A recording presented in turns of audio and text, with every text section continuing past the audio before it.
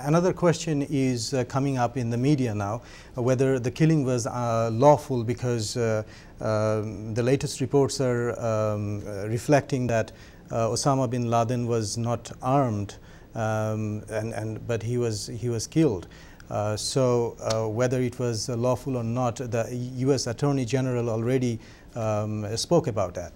That's right. Eric Holder did say that he felt that it was justified, that it was lawful, because Osama bin Laden was such a threat to each and every American and other people all around the world. And so therefore he was a threat that needed to be dealt with, and so therefore his elimination is legal under U.S. law. And what do you think about the burial that he was buried in the Arab Sea? The burial at sea, I think the people that took on this mission thought this through very carefully, and they said, okay, if we do capture or kill him, what do we do next? I mean, where do we take him? What do we do? How do we dispose of the body, but dispose of it in a way that would, at least they feel, represent Muslim tradition? And I think that it's safe to say, and according to analysts everywhere, if they had buried him somewhere, that location would likely have become some kind of a shrine, some kind of a place for demonstrations, could have been a place of violence.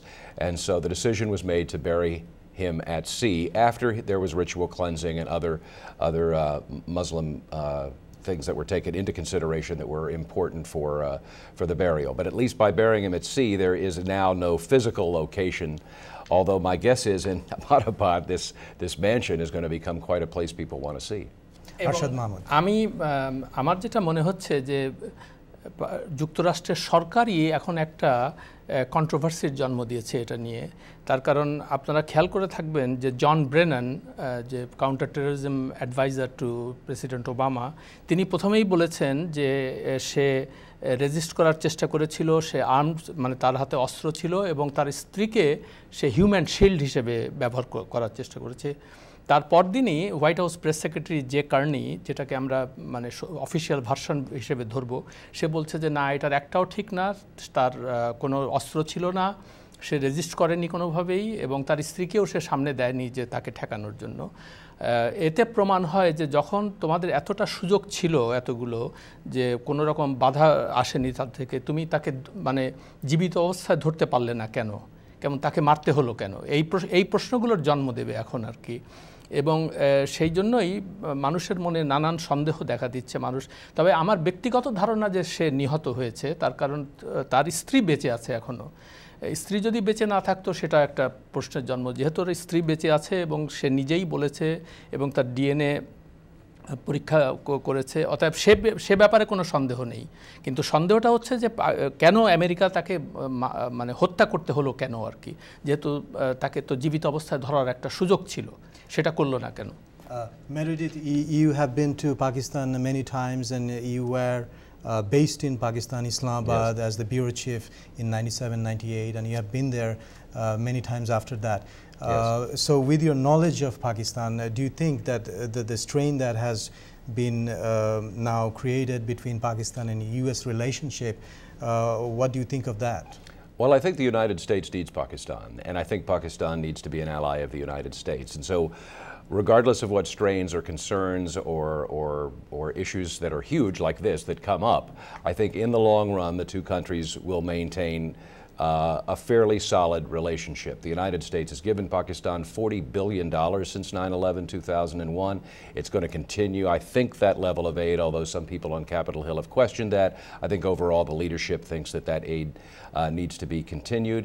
And certainly the United States wants Pakistan's cooperation in the fight against terrorism. They certainly want the Pakistan military to attack terrorists or other militants who are all using their territory to cross the border into Afghanistan and attack NATO and U.S. troops. So there are lots of intertwining mutual things that both these countries have as interests. And so I think this is going to be, there are questions obviously that need to be answered. And I don't know if they ever will be. But I do think over the long run there will still be a close relationship between these two countries. আমি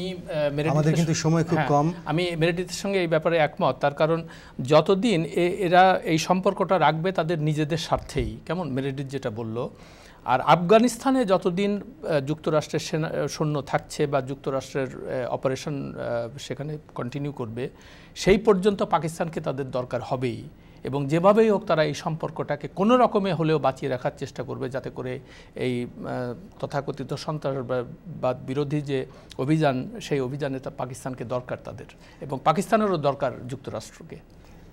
Now another question is coming up. Now that Osama bin Laden is dead, the justification for continuing the war in Afghanistan, this is also another issue. What do you think? It is an issue, I guess, but I think that the last thing most U.S. officials would want you to think is that the fight against terrorism is over. Okay, the Osama bin Laden, the icon, has been killed after 10 years of looking for him. But there's also been a 10-year-long war in Afghanistan that is very far from being wrapped up. That being said, the president has announced that they will begin withdrawing U.S. troops this July and that all U.S. troops should be out by 2014. Whether that will impact that at all, I can't say now because I don't know, but I certainly don't think you're going to see any rapid withdrawal. That would not be in the interests of the United States, Afghanistan, or any of the other countries in the region. Arshad Mahmud, মুসলিম বিশ্বের ওপর কি প্রভাব পড়েছে এই Osama bin লাদেনের মৃত্যুর খবরে খুব সংক্ষেপে? মুসলিম বিশ্বের বৃহত্তর জনগোষ্ঠী তারা তো সত্যিকার অর্থে বিশেষ করে যুক্তরাষ্ট্রের যে অভিযান আর কি সেটার তারা সমর্থন করেনি যেটা বোঝা যায় আর কি। তার কারণ তারা চাচ্ছিল যে আরও ট্রান্সপারেন্ট হোক ব্যাপারটা এবং আমি আগের কথাই ফিরে আসছি যে যতদিন এই ইসরায়েলি প্যালেস্টিনিয়ান সমস্যার সমাধান না হবে কেমন এবং সেই ক্ষেত্রে সবসময় বৃহত্তর মুসলিম জনগোষ্ঠী বা সারা বিশ্বেই মনে করে যে যুক্তরাষ্ট্রই ইসরায়েলকে সমর্থন দিয়ে যাচ্ছে খুব নেকেডলি এবং সেই কারণে এটা সমস্যার সমাধানটা হচ্ছে না। এই ধারণা যতদিন মানুষের মনে থাকবে বা যতদিন বদ্ধমূল থাকবে আমার ধারণা মুসলিম বিশ্বের সমর্থন যুক্তরাষ্ট্রের জন্য পাওয়া মুশকিলের ব্যাপার হবে। ধন্যবাদ আরশাদ মাহমুদ। আমি দর্শকদের কাছে জানাতে চাই যে ফেসবুকে আমরা প্রচুর কমেন্ট পেয়েছি। ফেসবুকে ভয়েস অফ আমেরিকার যে ফেসবুক ফ্যান পেজ রয়েছে সেখান থেকে আমি কয়েকটি মন্তব্য একটুখানি পড়ে শোনাতে চাই। শাহিনুর আলম তিনি লিখেছেন যে বিন লাদেনের পরিচয় নিশ্চিত হওয়ার মতো পরীক্ষা নিরীক্ষা করার কোনো খবর পাওয়া যায়নি। ডিএনএ টেস্ট ইতোমধ্যেই করা হয়েছে এরকম বলা হচ্ছে। যুক্তরাষ্ট্রের ওবামা প্রশাসনের পক্ষ থেকে ডিএনএ টেস্টের মাধ্যমে নিশ্চিত হওয়া গেছে যে ওসামা বিন লাদেন নিহত। বিজু ভট্টাচার্য লিখেছেন যে অনেকগুলো প্রাণ বেঁচে যেত যদি তাকে আরও আগেই মারা যেত। পরিতোষ চট্টোপাধ্যায় তিনি এই খবরকে অভিনন্দন জানিয়েছেন। শাহরিয়ার সাগর লিখেছেন ইরাক এবং আফগানিস্তানে আমেরিকার ভূমিকা প্রশ্নবিদ্ধ। অবশ্যই এই দেশেরও বহু মানুষ ইরাক এবং আফগানিস্তানের এই যুদ্ধ সম্পর্কে প্রশ্ন তুলেছেন এবং ওবামা নিজেও ইরাক থেকে সৈন্য প্রত্যাহার করবার প্রতিশ্রুতি দিয়েই নির্বাচনে জয়ী হয়েছিলেন। Thank you very much Meredith for your time. A pleasure anytime. Thanks for having me. Arshad Mahmud আপনাকে অসংখ্য ধন্যবাদ। আপনাকেও ধন্যবাদ। দর্শক মণ্ডলী আপনারা এতক্ষণ যে আলোচনাটি দেখলেন আশা করি আপনারা সেটি উপভোগ করেছেন। আপনারা সবাই ভালো থাকুন, নিরাপদে থাকুন। আহসানুল হক, ভয়েস অফ আমেরিকা, ওয়াশিংটন বার্তা।